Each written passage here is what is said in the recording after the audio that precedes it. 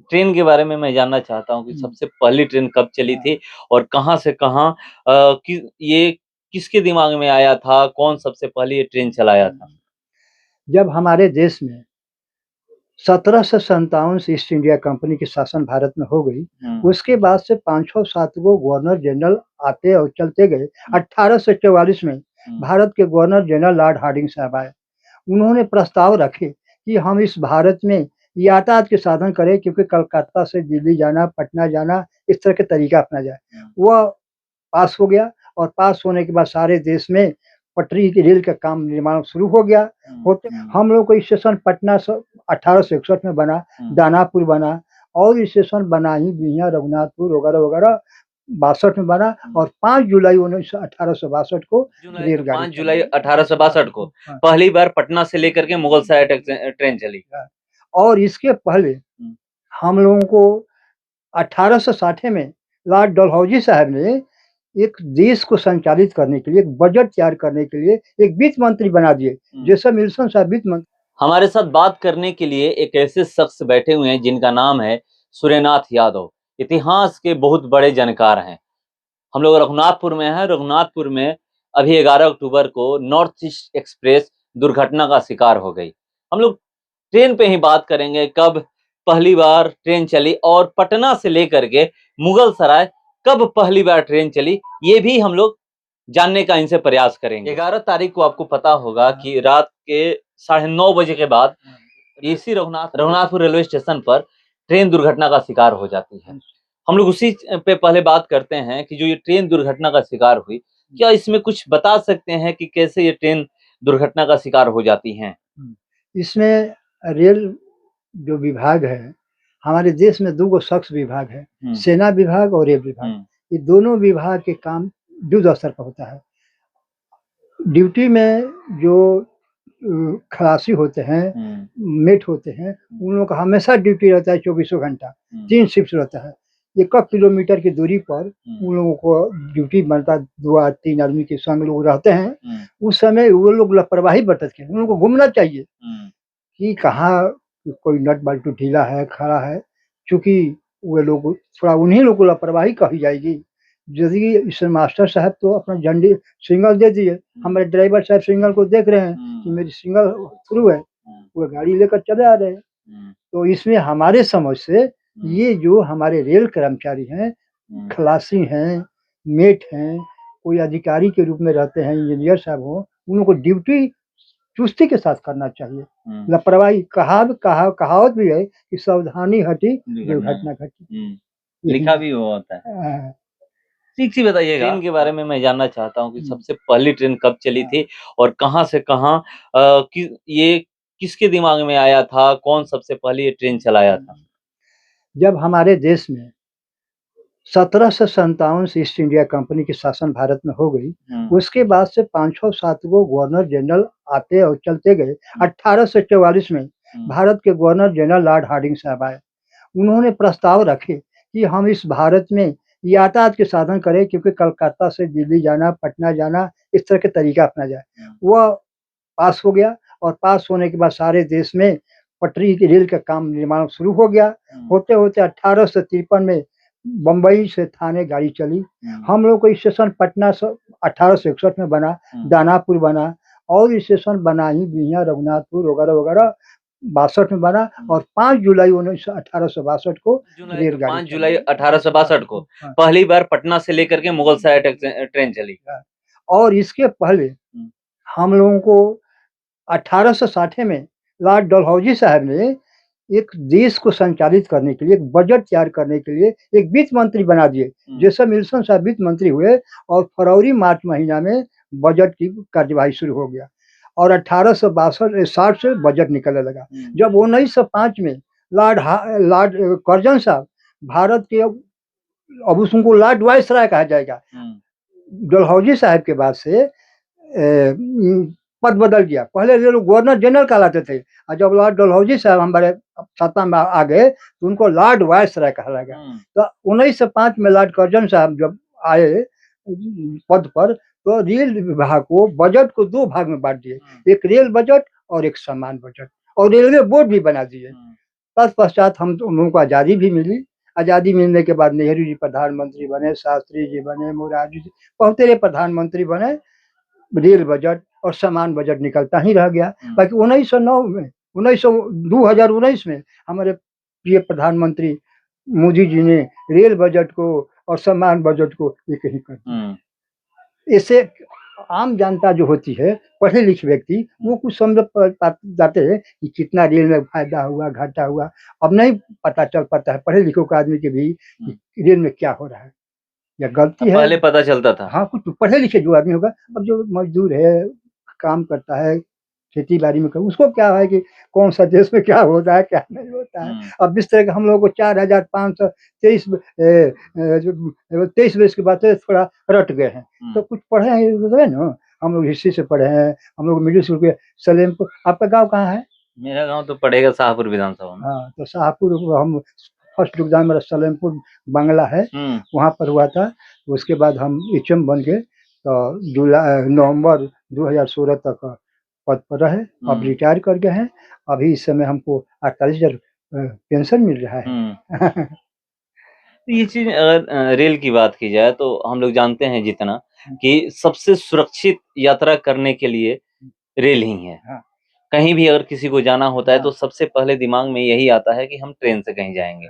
ये नहीं है कि अपनी गाड़ी से या फिर किसी और। अब बहुत सारे ऐसे लोग भी हैं जो कि रेल का साधन ही सबसे पहले ढूँढते हैं। बहुत सारे ऐसे लोग हैं जिनके पास उतने पैसे नहीं है कि हवाई सफ़र कर लें, प्लेन से कहीं जा लें या फिर अपना कोई रिज़र्व गाड़ी करके जा लें। लोगों को यही लगता है कि चलिए हमारे लिए ट्रेन बहुत ही आसान है, जाने-आने में भी। आप भी ट्रेन से सफ़र करते हैं और लगता भी है कि आप कहीं बस से 2 से 3 घंटा सफ़र कर लीजिए, तो आपको पता चलेगा कि कितना थकावट हो गया। और ऐसे ट्रेन से सफ़र करिएगा 2-3 घंटे 8 घंटा भी नहीं पता चलता है कि हाँ, हमें हरासमेंट हुई है। 48 घंटा लोग जाते हैं। 48 घंटा। आप कितना लंबा सफ़र तय किए हैं ट्रेन से? हम ट्रेन से चल गए हैं, रांची गए हैं, दिल्ली गए हैं, मधेपुरा गए हैं, उत्तरी बिहार में। कितना दिन पहले गए थे? हम 8-10 वर्ष पहले गए थे। अभी कितना दिन हो गया ट्रेन पे चढ़े हुए? ट्रेन तो हम लोग आरा, पटना, बक्सर। अच्छा, आरा पटना जाने के लिए ट्रेन ही आपके लिए सुविधा है। क्योंकि हम लोग को ये बहुत लोकल साधन है। हम लोग को स्टेशन पर घर है, इसी गाँव में है। हम लोग को पूर्वज इस गाँव में बसे हुए हैं, ये बहुत अच्छा बात है। अब रहा कि रेल के बारे में तो कहा, हमारी अंग्रेजी सरकार के बड़े पढ़े लिखे लोग कहते हैं कि गुलामी की है। अंग्रेजी सरकार ने शिक्षा की व्यवस्था, रेल की व्यवस्था, नहर की व्यवस्था, रोड की व्यवस्था, अस्पताल की व्यवस्था और जमीन की सर्वे कर दिया। इसीलिए धूलमी नीति चलाती तो अभी और लंबा सफर सरकार चलाती।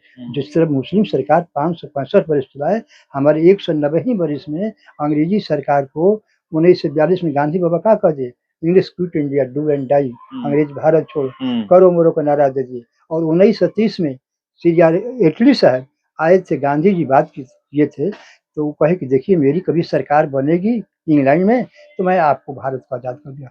सन 1939 से लेकर 1945 तक विश्व युद्ध हुआ, द्वितीय विश्व युद्ध हुआ। जिस विश्व युद्ध के नायक चर्चिल साहब हुए, इंग्लैंड के, जर्मनी के हिटलर साहब हुए। इन दोनों लोगों के चलते विश्व युद्ध हुआ और कम से कम सारे संसार में 6 वर्षों के दरबार में 45 करोड़ जनता मारी गई। और उसके मरने के बाद सन 1945 में इंग्लैंड में चुनाव हुआ। हम लोगों के यहाँ लोकसभा है, राज्यसभा है। इंग्लैंड में लॉर्ड सभा और कॉमन सभा है। कॉमन सभा का जो नेता होता है वही प्रधानमंत्री होता है। चर्चिल साहब पुनः जीते, बाकी सरकार में नहीं आए। सर एटली साहब चुनाव जीत गए। और यहाँ का लॉर्ड वायसराय लॉर्ड बाबर साहब थे, उनको हटा ले गए और लॉर्ड माउंटबेटन साहब को दिला गए। कहे कि देखिए आप जाइए, और हम लोगों की यही इच्छा है कि अब हम बात में फंस गए हैं, आज़ादी देना है। बाकी एक है कि पाकिस्तान हिंदुस्तान को 2 टुकड़ा कर देना है, पाकिस्तान और हिंदुस्तान बना देना है। तो अब रहा कि हमारे जीना ये मौलाना अब्दुल हक साहब, हसन इमाम साहब, जाकिर हुसैन साहब, मौलाना अबुल कलाम आज़ाद साहब, ये लोग बहुत सा हमारे मुसलमान नेता चाहते थे कि देश का टुकड़ा न हो। बाकी शेर आगा खां साहब, लियाकत अली खां साहब और जीना साहब रिजिड हो गए। और रिजिड होने पर जब अंग्रेज सरकार चाहती थी कि हम कम से कम टुकड़े गए, तो पूर्व में ढाका दिया गया, इधर पश्चिम में पंजाब, सिंध, बलूचिस्तान, कराची, लाहौर, तमाम जिला और 4 गो राज्य इधर दे दिया गया। देश का बंटवारा हो गया। CR अली लियाकत खान साहब वहाँ के प्रधानमंत्री बने, हमारे प्रधानमंत्री नेहरू जी बने। और 1947 में इडहब कमेटी की सरकार बनी। हमारे ही जिला के 3 आदमी कैबिनेट के मंत्री बने। मुरार गांव के सचता बाबू लाइब्रेरी मंत्री बने, जगजीवन राम श्रम मंत्री बने, छपरा के राजेंद्र बाबू खाद्य एवं प्रसंस्करण मंत्री बने, मौलाना अबुल कलाम आजाद शिक्षा मंत्री बने, बाबा साहब भीमराव आजाद प्रतिरक्षा मंत्री थी विधि मंत्री बने, गोविंद बल्लभ पंत प्रतिरक्षा मंत्री बने, पटेल जी गृह मंत्री बने, नेहरू जी प्रधानमंत्री बने। तत्पश्चात सरकार चली। बाकी 1952 आते आते नेहरू जी अम्बेडकर जी पर गर्म हो गए। गर्म होने के मतलब जो भारत के कानून मंत्री के पद पर रहे, संविधान प्रारूप समिति के अध्यक्ष भी रहे और तब पर भी उनको टिकट नहीं दिया गया। आज तक निर्वाचित सांसद के रूप में हमारे बाबा साहब पार्लियामेंट में नहीं गए हैं। इस तरह एडहब कमेटी की सरकार चली 1947 से लेकर 1952 तक कानून मंत्री भारत के रहे। अभी देखिए देश में बहुत सा हमारे नेताएं हुए कि स्वार्थवश नहीं, जनता की भलाई के लिए। सर्वप्रथम बाबा साहब भीमराव अम्बेडकर, दूसरा काम में सरदार वल्लभ भाई पटेल ने क्या सोचे कि जो जमीन की लगान जमींदार लोग लेते हैं, जमींदार खत्म कर उन्होंने कर दिया। पटेल जी के दिन है कि सारे हिंदुस्तान में के जमींदारी प्रथा खत्म करवा दिए। 24 मार्च 1952 को आदेश हो गया कि सारे जमींदार अपने अपने सब डिवीजन में SDO साहब की हैं अपना जमींदारी भवन जमा करें। 31 मार्च तक जमा नहीं हो पाया तो 15 अप्रैल तक बढ़ा गया। 15 अप्रैल तक सारे हिंदुस्तान के लोग जमा कर दिए। और पहले धनी मनी आदमी के घर मकान में गरीब गुरबा लोग रहते थे। बनी मनी झंझट होने के बाद घर से निकालो। पटेल जी ने सीखने अधिकार दे दिए कि जो रह रहा है उसका स्वतः करा। और तीसरा का विश्वनाथ प्रताप सिंह भारत के प्रधानमंत्री बने 2 दिसंबर 1989 को। 10 महीना के बाद भारत के गृह मंत्री देवीलाल थे, उत्तर प्रदेश के मुलायम सिंह यादव थे, बिहार के लालू जी और बहुतेरे लोग झारखंड फडणवीस नीतीश कुमार वगैरह सब लोग थे। ये लोग कि आप कानून को मत पकड़िए, क्योंकि देखिए हम राणा प्रताप सिंह के वंशज है। सर कटा सकते हैं लेकिन सर झुका सकते नहीं। टूटे के टूट जाए, बात झुके के तो जानबे नहीं करा। हम 60 महीने के लिए PM रहते, हम 10 महीने में कानून पास करें, इसका परिणाम जो हो। कानून मंडल कमीशन पास कर दिए और पास करने के बाद ये BJP के हमारे नेता लोग अपने पार्टी के कार्यालय में बैठक किए। अटल बिहारी वाजपेयी और लाल कृष्ण आडवाणी जी कहे कि तो सरकार कानून तो पास हो गया, बाकी हम आडवाणी जी कहे कि हम सरकार को गिरा देंगे। सरकार गिराने के लिए हिंदुस्तान के हर राज्य के राजधानियों में निर्देश कर दे कि आप लोग रथ तैयार कीजिए, हम दिल्ली से उड़ान भरेंगे, लखनऊ आएंगे, लखनऊ से उड़े 2 घंटा रथ घुमाकर भुवनेश्वर जाएंगे, हैदराबाद, सब सारे राज्य हिंदुस्तान के राजधानियों में घूम पाए। कोई उनको नहीं बोल पाया। यहाँ पर आए पटने में तो लालू जी भी टेढ़ा आदमी, वो कहे कि थोड़ा सा उटपटांग बोल दिए, हिंदुस्तान में कोई माई का बेटा पैदा नहीं हुआ है कि मेरे घोड़ा का लगाम पकड़ेगा। और लालू जी कहे कि BP से देखिए इस तरह की बात कहे हैं, छोड़ो ना, हाथी जाता है कुकुर भगता है, छोड़िए नत कीजिए। बाकी लालू जी तो थोड़ा जिद्दी आदमी।